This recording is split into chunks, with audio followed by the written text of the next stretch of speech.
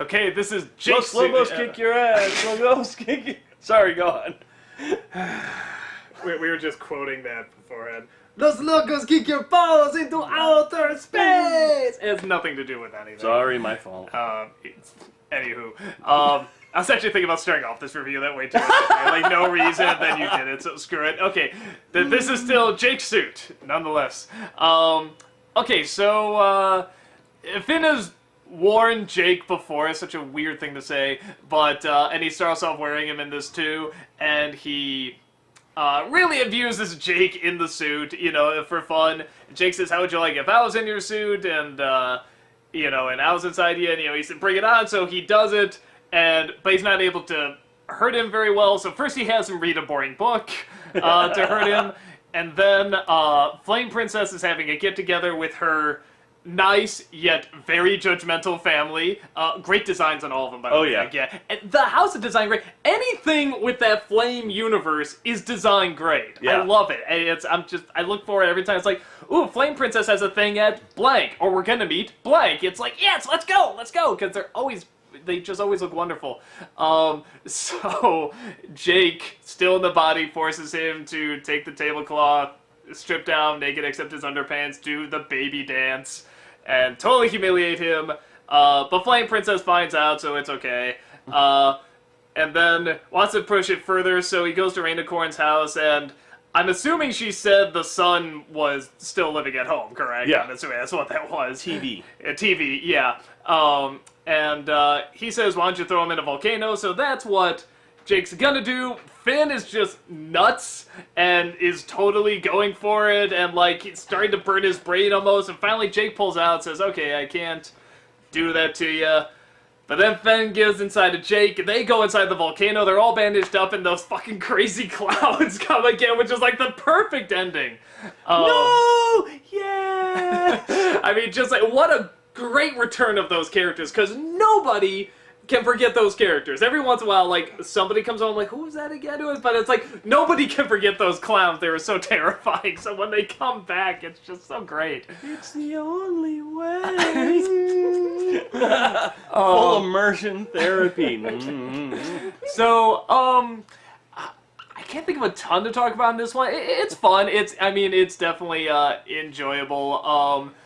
It was one of the few times where I'm just like, you know, Jake, Jesus, you know, you're being so harsh, but then, like, Finn is being so harsh on himself near the end. Like, yeah, burn my brain, and even in the opening, Finn is being so mean. Oh, they're just, you know, bruises are the hickeys of the universe, from the universe or something, and it's like, these two are just nuts. And honestly, when he was starting to put in the volcano, I was just like, it's one of the few times where for a kid's show, I'm like, I'm a little uncomfortable by this, because you see people that do, like, the Jackass stuff, you know, like, but aren't on Jackass, and they're like, no, this is gonna get us famous, and, like, they really hurt themselves and others. I'm just like... And that makes awesome YouTube videos.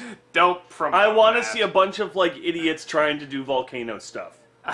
Because they get what they deserve. I guess there's some truth to that, but... Oh, I'm gonna dunk my head in a volcano because I saw it on a car. Yeah, you go ahead and do that. And we'll see what happens, idiots.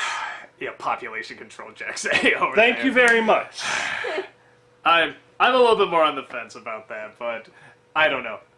But it doesn't matter, because that's not the focus. That's not what it amounts to. I mean, like, say Jake pulls out, and then Finn acts like a dumbass, and they get hurt. So I'm like, it seemed okay. It seemed fine. It had a funny ending.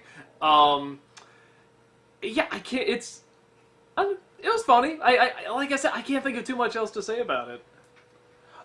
A while ago, we talked about the Jake the dog episode, and I said, you know, Jake was being an ass. Yeah. And being selfish and all. Sorry, in this episode, Finn's being a complete ass. Like, in the beginning, he's, you know, literally abusing Jake and not taking into account any of the pain that Jake is feeling. Because he's not feeling it, it's not there. Go ahead, BMO, throw boiling hot coffee on me. Yeah. Continue to hit me. I'm, you know... And I felt Finn was just being a complete ass in the beginning. Because, yeah, not taking into account Jake. But, when Jake hops in and is trying to do it, Jake's ADD kicks in and he's not able to do anything effectively. Oh, I'm going to read you a book, and he ends up falling asleep before he gets anywhere. Oh, I'm going to make you food. It's delicious. Here, look. And instead of like taking the time to take bite after bite, Eats the whole thing, yeah, he has no patience for anything. So it's kind of like he's screwing himself over trying to screw over Finn. Yeah. You know, and instead of, when Flame Princess comes out and finds out and she's like, oh, that's cool, good luck. And Jake's just like, oh, wait a minute. I'm sorry, I'd go back and still do more. So what if she knows? The other people don't know what's going on here. I know what you're saying. It is nice that at the end, it's like he does get his comeuppance, though Finn does. Yeah. So like I said, I feel it's still sort of, it evened out okay. But I just actually felt bad for Jake this episode. He wanted Finn to finally feel what it's like to be, on the outside, and he just couldn't do it. Like, he didn't know how Good to. Good choice of words, by the way. Well, and I like how they showed him, because I was like, well, how is he going to control Finn's body out again? And the way he sort of worked through all the little creaks and veins and stuff to control, I thought that was very funny. That was really cool. And the fact that he can't control him as well, because if he goes anymore, he'll probably kill him. Yeah. Shoot, what was the other thing I was going to say? Damn you! Sorry. No, it's okay. No, there was one thing I was sort of watching it. I don't even know if it's like a criticism or what, but it's just interesting because there's always, I think a lot of people have seen a family where it's like there's a big family, and then there's usually like a late bloomer or somebody that doesn't leave the house or needs longer to get something going. Sometimes they get used to it and don't want to leave, and they become lazy and stuff. Sometimes they're late bloomers and stuff.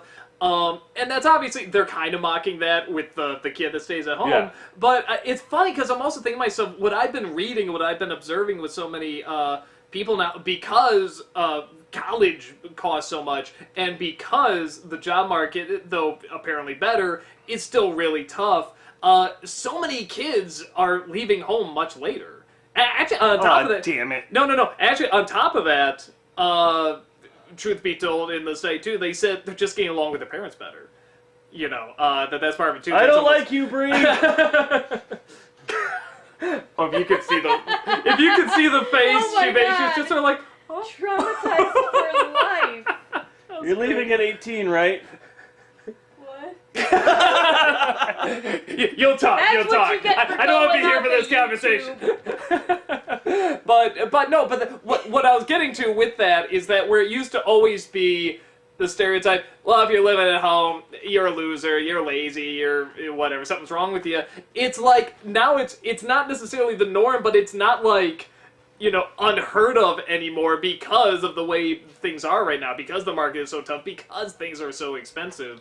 So it's just an interesting observation, because it's like, I saw that and I kind of laughed and I said, wait, is that totally true anymore? Like, there definitely are people that are just, like I said, don't want to take a responsibility and are lazy and will take advantage of their parents, but there's definitely a lot of people that, just, it's very tough to get, out there and to get things going. I'm going to be a terrible person right now. When I saw TV sitting like there, he is the fat one. Out of all the kids, he's the fat one. He had a scruff. He was on the computer with that headset that most MMO players do. And I'm sorry, I saw that and I'm like, yep, that's one of those. And you know what? I've got a scruff going right now and I've got a gun. I'm not no skinny guy or anything like that, but that's the first thing that popped in my head was, the typical kid living in the, parents' basements. Well, yeah, and like I said, I think they were emphasizing, like, he was sort of the lazy one who just wanted to play video games and not go get a job and stuff. But, yeah, like I said, it's just funny that it's like, if they stay at home, that was just, like, the immediate association. Because he's like, well, all the others went and he stayed, but it's like, yeah, it's not quite... It used to be just the immediate stereotype, but now it's like, it's a bit tougher, No. It's mixed up a bit. You don't think so? No. No. Just not at all. No. World's easy. Get a job. Boom. Yeah. Okay. You don't have a job. Yeah, I do. I'm a janitor. I've said that a billion times. What? You think I'm going to sit and be like, oh, wait, I'm a janitor. No one needs to know. No, I'm a janitor, and I'm damn proud of being a janitor. Suck it. I'll tell you right now, I was a janitor for several years. I loved it. Yep. I I loved being You a go in when no one's there. Nobody's there. You have don't all have to deal your with music anybody. Going. Yeah, it's awesome. And I will work on side stuff when when I got back, and other projects and stuff, get other things going. And I just, or like this. I mean, you do the podcast and the Yeah. fourth viewing and stuff like that, and I loved being a janitor. I had no shame in it at all. Oh, So- sorry, your joke failed. I can make fun of you at Oh!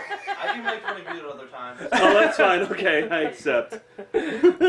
But yeah, no, it's just an interesting observation that it's like, I don't know, it doesn't seem like it's as obvious anymore, though I still believe those people definitely exist, the ones that are like, just not even trying, or are trying a million things, but not, like, focusing on one thing, you see Kind of these like people... you right now. Yeah. You're just kind of all over the place, and Yeah, but I'm a genius, so it worked. I can't argue that, man. Yeah, no, I can't argue at all.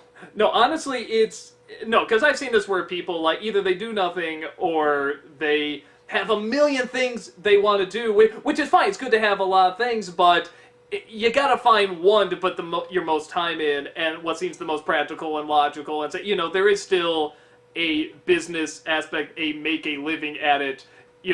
I mean, I was an illustrator before doing this. I love being an illustrator, and I'd love to keep doing it, but I can't. This takes up too much time. So you have to discriminate. Again, okay, this seems the most logical to go. He's talking about discrimination. Don't Like, don't it's- drag me. Oh, I will discriminate. not partake in any of this discrimination. Yes, I'm out. Oh.